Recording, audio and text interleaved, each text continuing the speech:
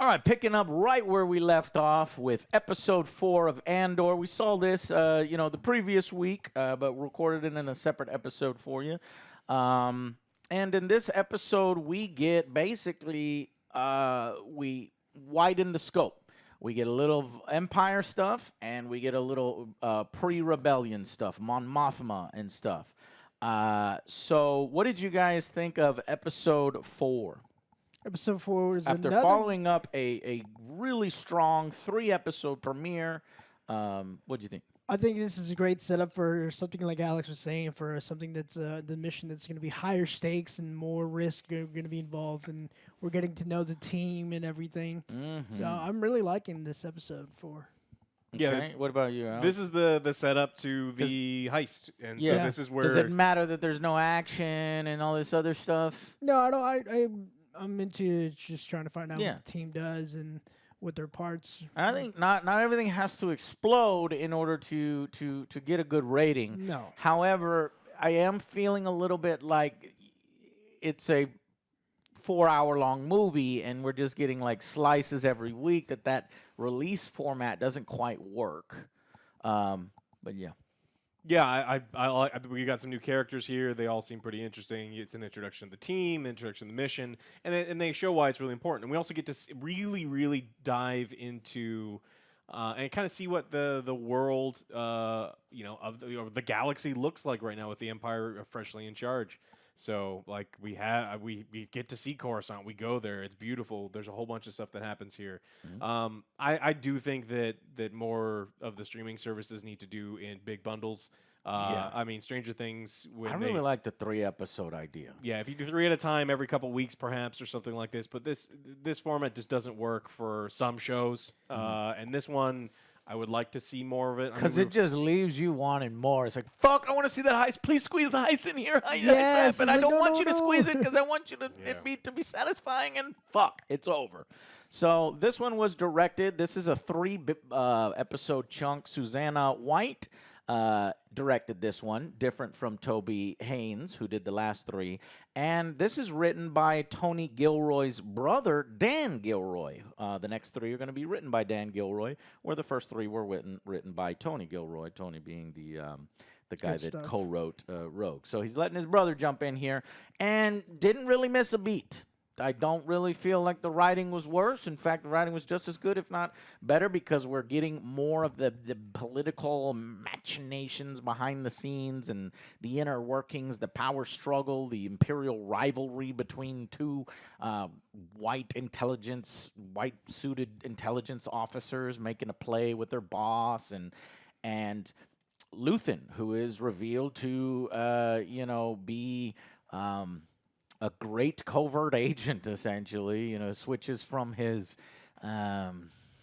scavenger persona to his high life persona, where he's the curator of this museum and secretly talking with Mon Mothma about, I need more money for the rebellion. Where is the money? And she's like, it's getting harder to move money. There's spies everywhere. The Empire's cracking down. So that stuff is really good, while simultaneously pushing Andor onto a planet where he's like, this is my boss. He says this Val girl is his boss. Whether that's legit or not, I don't know. I don't think so. He yells at her in a way that's very, very clear that he is in charge. Yeah.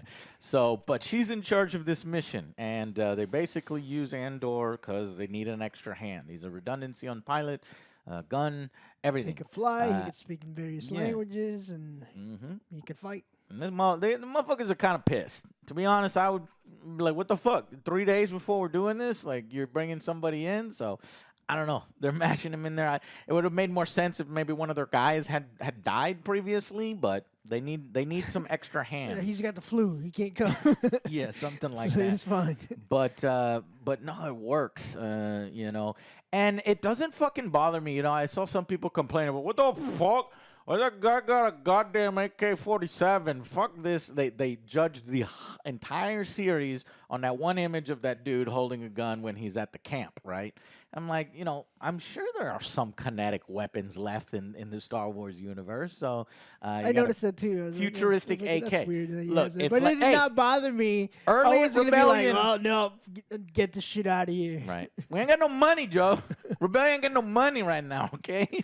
So we're using the crappy weapons. So yeah, none of this yet. But it was still an interesting episode. So we mainly have him meeting this new team. The Empire. He realizes it's not just because he sold him on it being just the payroll. We're gonna get the payroll and a list of everybody on the Empire's area in this whole sector. But it's in and it's in an armory. It's in a fucking huge military base. It's like, oh shit. Okay, well, this is going to be harder than I thought. Basically, a suicide mission. Yep. So we have that sort of plot there, and then we have the Imperial plot where it's basically, what is this? What do you think they mainly focus on this female Imperial officer. She gets rather interested when she hears about the MacGuffin doodad that It is- Andor. MacGuffin NS9. Is that what it was called? I think it was yeah, called. so whether she has history with this or whether she's just trying to take advantage of it in order to make her She's sniffing out the rebellion. Like Yeah. she's very clear that she's like, I see a pattern of break-ins and similar motives and similar ways that they're doing things, and it looks like we're at the start of a little rebellion, and she's like the first to do that. So I think that she will be the It's person. like we need to crush this before it Yeah. starts getting any larger. But they're like, just stick to your sector. Yeah. They're yeah. just brushing her off. And it's interesting the way she's like, well, and she talks with the guy who it's actually not her sector that this stuff is happening, and she's like, but it's my jurisdiction because it's little MacGuffin. And he's like, nah, get out of here. And she's like, all right, well, I'm gonna go to the fucking the admiral or whatever, the head intelligence guy. And he's like, all right. And eventually, when they do that scene, she loses. He's got 6 sectors. And she's like, He turned "Mind in your- his reports. Where are your reports? where are your reports? You only got 2 sectors. He got 6 sectors. Hey, you're doing real good on detention numbers. I like you arresting. I'll probably give you some more of that shit. And but they do drop a line in there where it's like, officers like you. Like, what does he mean by that? Is she have a backstory we don't know about? Are they going to maybe potentially make her a sympathetic character in the future? Could she eventually join the rebellion? Or is this full-on Empire, like, I'm going to remain an Empire till the fucking very end? I I think So think this so. is what I'm curious about in the Andor series, because a lot of the other Star Wars material, they do not flesh out the Imperial side. So I'm wondering how much the Imperial side will be fleshed out. And whether we'll get allegiance switches. Perhaps an allegiance switch could happen with this other officer guy, whereas we see he gets chewed out by the Empire for fucking up. And his superior officer's like, I wasn't here. Wasn't my makes it fault. even It's like, worse. nah, fuck you too. And so he essentially goes home, takes a Star Shuttle home. I guess he was going to his apartment. Turns out his mom's there. She slaps him across the face because I guess he, left without saying goodbye or something, but then immediately embraces him. So potentially this could be a character that goes with the Empire and then switches to Rebellion. So a lot of interesting paths and choices for our characters to explore. So I thought ultimately a good episode. Let's go with final verdicts. 8. It's gonna be an 8 for me. We've seen this obviously done before. Like, oh, this is a heist and this is a team. We even saw that in ragtag. Mandalorian. Yeah, with Yeah. the prison Cara break. Dune. Yeah. Yeah, but I still like it the way the direction's going with this. Yeah, I'm a sucker for a good heist story. And then like there's with just one tiny sentence, it just gets. We talk about heists or shit in the Star Wars universe. There's like the TIE fighters exist. This is stupid. Shut the fuck up. You can't do this because TIE fighters exist. Like the entire Obi-Wan series is fucking stupid. I know what you're and about to so say. they just wrote a doodad. They're like, no. This planet has this little meteor swarm thing that happens, and no aircraft will be able to provide air support, even though there's an airfield over you there. got and it's like 9 minutes. it's a fantasy It's universe, a beautiful way to handle that. and it's not even that. because I like, want to see that meteor shower. it's now. not even clever. It's just perfect. perfect because Yeah. it's not like they didn't go to like some crazy. There's like, nah, man, there's a meteor shower. It's like cool. I buy that. Let's go. Let's get to the heist. So I was excited about this one. So I say it's an 8. And that's good writing. And I thought you were actually going to mention the TIE fighter patrols because they're patrolling the area. She already knows the area. They kind of hide at one point because the TIE fighter. She's like, they won't be back, today. But they're trying to patrol more. So they explain things in a very realistic way and treat you like a fucking adult. Like an adult. Exactly. So I also forgot a little bit to talk about the heist. So yeah, they're setting it up. You got this one guy who kind of falls asleep. He's a part of this rebellion. I guess there's like It's like a 6 of them or teenager something. Yeah, but he does build a pretty sweet ass model. He's like, let me take that part off. It's delicate. I'm like, that's me, with my terrain and my little toys and shit. So we're gonna see, is that motherfucker gonna die next episode if they try to take on a big armory? So yeah, I will also, I think initially, how it ends so abruptly, I'm like, fuck, like, god damn it. But I have to give it to the episode about how it's written strong and just compelling and good characters, good writing, good world building, especially with the senator stuff, Mon Mothma. I forgot about that as well. So we'll do a little bit of that in the breakdown. She's having conflict with her husband and noticing, she cares, whereas he is just wanting to be around people that have fun, and those fun people are kind of assholes to their constituents or whatever. So, man, I'm gonna go 8 out of 10 as well.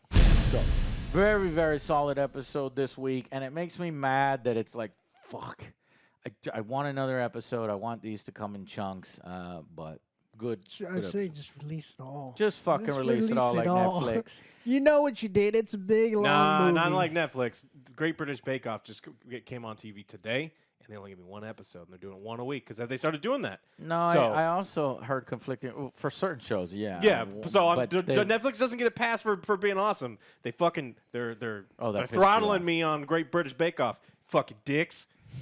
I have no explanation for it because the article I read is no, we're still going to do our release model where it's boom a bunch. I don't know why they did it for groups. Just to piss you They off. do that a lot. They've done it for a couple times. Interesting. Yeah. Maybe they were experimenting. All right, so that's it for that one. Let's do a quick episode breakdown so we can just reminded of we covered most of it, but we'll go into it.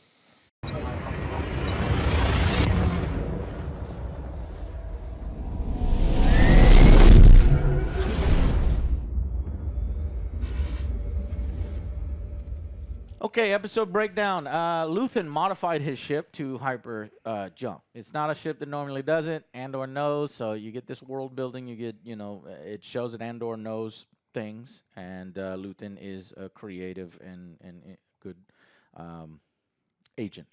And basically, I just noticed that the motherfucker never had a chance, never life, was taken young, and now he's just, boom, pushed right into the rebellion.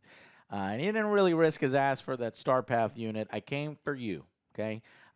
Give me 5 days. It's going to be big stakes, big danger. I'm going to give you 200,000 credits, and you can decide from there. We're going to steal the quarterly payroll for an entire Imperial sector. It's not sexy, okay, but effective, realistic. See, and gotta be able to feed your rebellion. Yeah, and so the Imperial Security Bureau is showed off here. The Empire is introduced in episode 4. And he gave him. Don't forget, he gave him a loaner. He's like, "Hey, oh yeah, here's this crystal." Well, I was going in order because that's okay. the thing. But you're right. He gives them what? The Kyber crystal. I think it's a Kyber. He does mention blue yeah. Kyber crystal, right? And it's worth like 50,000. He's a he motherfucker. said, don't take less than 50,000. Yeah, but you said I would have 200,000. He's like, it's very important, and it is.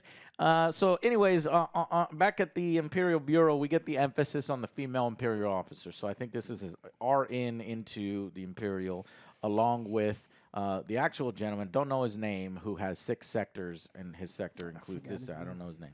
But she is particularly interested in what happens there. Initially, I thought, is this, like, why does she care so much? Is this his sister or something when it was mentioned? But I guess no, it's more, she's just looking for a way to advance the ranks. She's a stickler. She wants to do her job. She can precise smell the and stuff rebellion like that. growing, and it's a really, really big deal. Like they're so concerned about their quarterly reports and all these other things, and she's like, "There's a rebellion," and she's trying to like make this case. Yeah. And she's like, "Look, if this is the start of what this is a thing that the rebels would want very, very, very much," and so she's trying to like really dig at that stuff. And I do think that while the sister plot where he's looking for his sister is kind of left to the side here, he's probably just doing this job to get his money and then eventually using that money to help him on his quest to find his sister, because I think that maybe that will help him with his potential reason that he would give his life for the rebellion, right? Because but when we meet Andor, he's full on rebellion. Here, he's a mercenary, essentially. And it could be because his sister gets killed at the end. He's like, fuck the Empire. I'm going all in for the rebellion. So, how that comes about, we don't know, but it is a possibility. So, yeah, he gives him the blue kyber crystal, and then we meet the lady in charge, Vel. Just smart directing, interesting shots. They could have just done it standard where, hey, he walks out of the ship. He's like, this is a real lady in charge. You're going to have to listen to her, and then we get them talking. But no, we get inside Andor. He can't really hear what they're saying. So he's like, controls right here. I can He's probably take. contemplating. Like, hey, robot how can I help you? Can I help you? Nothing, Oh, nothing, fuck. nothing. I'm cool. So yeah, and then we go back to the Imperial, and they get informed by the Ferrix incident. So they come down hard on the security forces. You are no longer corporate independent. The Imperial is taking over. So. Yeah, and we get the TIE fighter screaming across, and it just shows that they've been planning for months to take on this armory, and it's going to be hopefully interesting and as good as we saw in the heist in Mandalorian. So he orbits. So this is when we see Luthen go back to Coruscant. That's where he lives. He puts on a wig. He just transfers from one persona to the next. New clothes, living kind of a double life. Good writing, political maneuvering. And we see that between officers. That's when we get them like, hey, I have jurisdiction here and shit. So why did I write dude sleeping? The fuck is a dude sleeping? Because the guy was sleeping on duty. Yeah. Oh, that's it. Yeah, the dude was sleeping there. But He's like, they could have slit our throats. You need to be on post. Man. Right. What are you doing? Yeah, that's when we're introduced to the rebels. They got the AK looking rifles. I couldn't catch all the character names like Taramin, Scene, Cinta, Lennox, Clem, Vel. I did the best I could. That's pretty good. So that's six or seven of them. They actually have an inside man. One of the Imperial officers, Lieutenant Gorn or something like that. Yeah, Lieutenant Gorn. And that's when we get the explanation of that cool thing that Alex mentioned, this meteor shower. I'm like, I'm excited to see that. But then one guy was like, for a tenth of a second. I'm like, no. No, they can time it to a tenth of a second. Okay, time it to a tenth of a Yeah, second. and what I really like about all these rebels, and like they set up them like they're adult things, and they're not babysitting a fucking child. So Yes. because sometimes Disney likes to do that. We're like, oh, these are cool characters, but they're just babysitters. An instead. escort mission for the entire forever. who can outrun an entire Forgot base. about that, I yeah. don't realize you realize this, but Leia could literally just go I was talking in. about Omega. Remember how the Omega. Dad Oh, now Batch? you're going with the other ones here. I was thinking you were talking about Leia. No. Well, it's both. It's both. Yeah. Anyways, I know you like these characters. Now they have a baby. It's like, fuck. suspicion. Will they be discovered? Will they all make it out? We won't know until the next episode. But they are pretty pissed that she brings in somebody last minute. And they're not sure that they trust him. But does she trust him? That's all. She's like, look, I trust him. They keep asking her, is he committed to the cause? Is he committed to the cause? She's like, I fucking trust him. Because he's a mercenary. But she didn't want to let him know all that. So then we get the Senator Mon Mothma coming to visit Luthen. Just really excellent scene because while he's running a museum or a gallery, she's really there to do business, to talk about the rebellion in the back. So they kind of distract the driver because they don't know this is a new driver. He could be a spy. And they go in the back room as an excuse to get a gift for her husband. And he's like, I need the money. Where the money at? She's like, it's hard to move money around right now. And the Empire's coming down hard. So back at Mon Mothma's home, we see it's very opulent. Very cool to see these locations finally going inside. She's got a lot of house plants. I like that. Yeah. And her husband, I guess, is setting up for a fucking dinner party, and she's got what fuck? I didn't know this was happening. And he's like, yeah, I told you, I convinced you previously. And she's like, who's coming? And she looks at the list, and it's like all the people that fucking hate her in the Senate that actually actively work against her. And she's like, ah, fuck. And you can tell, like, she cares about doing good things, and her husband is more about, you know, the life, essentially. So she's like, keep them motherfuckers away from me on your side. Palpatine coming. No. He's there at the head of the table. Excellent sting.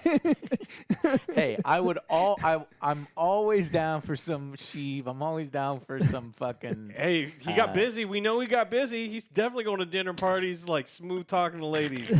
There you go. I love that actor. I get potential. I didn't consider that. No, I don't think so. Anyways, it just feels like an HBO series, and you can see this rift between her and her husband. I don't know if they'll play into that or not, but yeah. So, anyways, back in the thing, Andor notices it's going to be a suicide run. They explain the meteor showers, and so they're ready to just do it. So she's going to take the first watch. By the morning, they will do it. And unfortunately, the episode ends there. And I guess the next episode we know is going to be the heist, hopefully. This will be action-packed. So it'll be action-packed and see how. I don't think it's going to be next episode.